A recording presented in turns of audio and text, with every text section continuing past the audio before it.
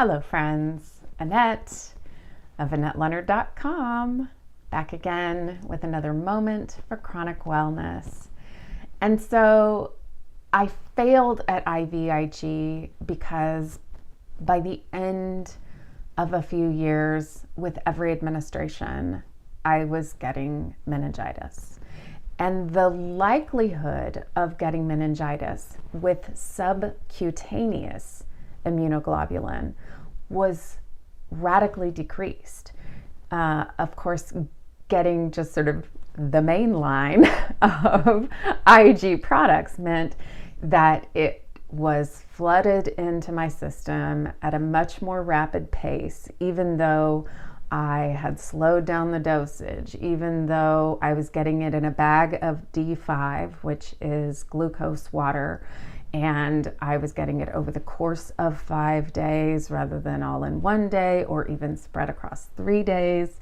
And nonetheless, with pre-meds and all the things that we were trying, we could not prevent my body from having this side effect, this reaction of meningitis. And so subcutaneous IG held this promise of this even more slow administration because I was getting a weekly dose rather than a daily dose. I was getting it in the fat tissue of my body. My body was getting this glacially slow opportunity to absorb it into the tissues rather than getting it put into a vein, or in my case, into a port that was just, flooding into my system. It was now getting this immensely slow opportunity to absorb the IG. And so the promise was, I'm not going to get meningitis from it. I'm not going to get meningitis. And so I began the process of injecting myself weekly with IG. And for those of you watching on video, I am now going to insert some pictures, the only pictures I took of self-administration of IG. And they're not even very good. They're actually more of my little dog, which again, folks, speaks to wellness. Like, this is one of the ways that I kept my wits about myself during the process of 5 needles in the belly for several hours each week. She was my little furry companion and would stay close during the administration. I swear she's a little tyrant, and we have this 78-pound pit bull who is this giant teddy bear. She's scared of her own shadow. She's scared of loud noises. She's scared of almost everything. And then we've got this 12-pound Muppet who runs the show, as I think little dogs so often do.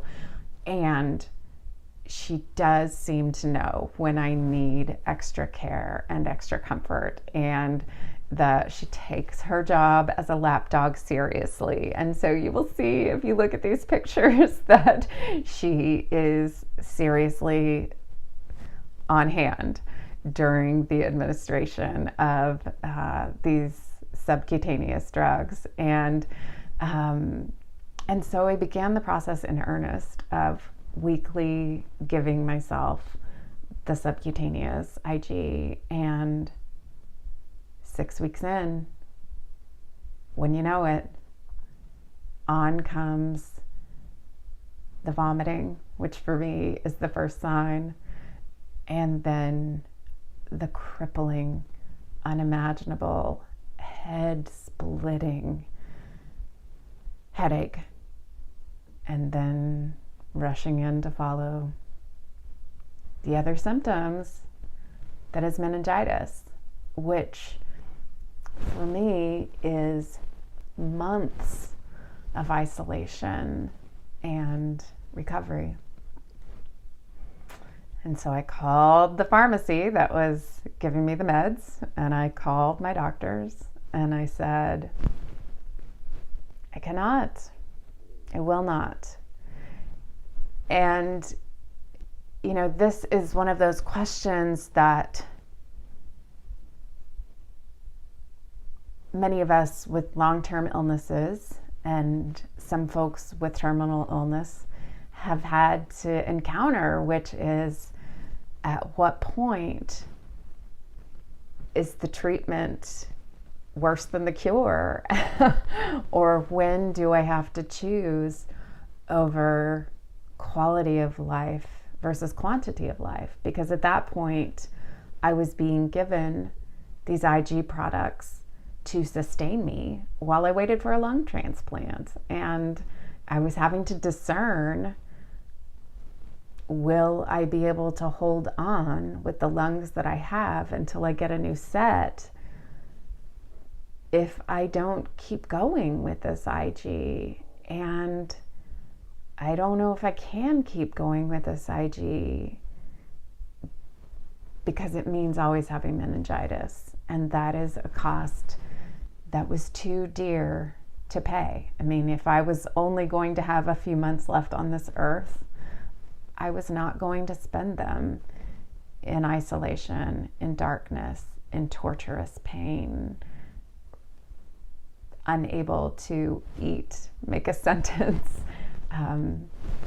be around the loved ones that I cherished.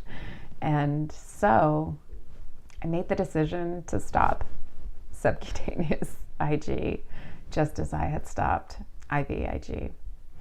So for all of you out there for whom IG products are life-giving and life-saving, I am a little bit jealous and I'm so glad you have them.